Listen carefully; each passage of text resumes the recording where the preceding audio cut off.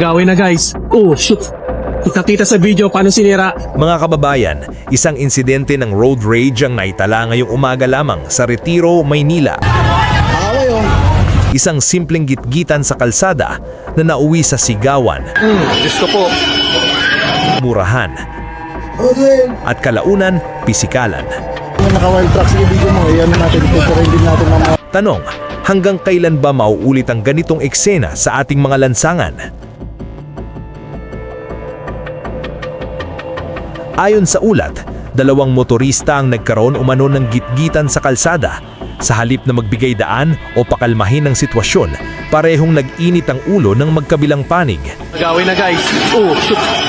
Kita sa video paano sinira. Diyos ko po. Ayun na guys, nagkakagulo na guys. Ayun na po guys. Nauwi ito sa mainitang sagutan hanggang sa magkasakitan na mismo sa gitna ng daan.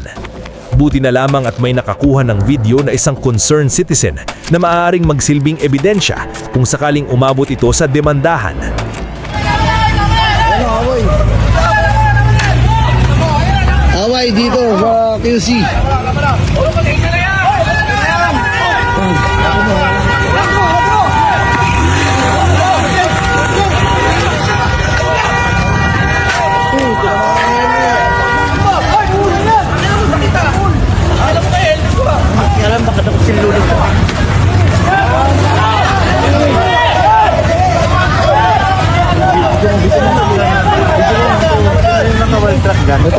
Ito nakaitim yung naka-wild truck sa video mo, yan natin, tuturin din natin ng mga road rage.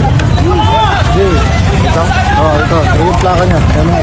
Okay, dito naman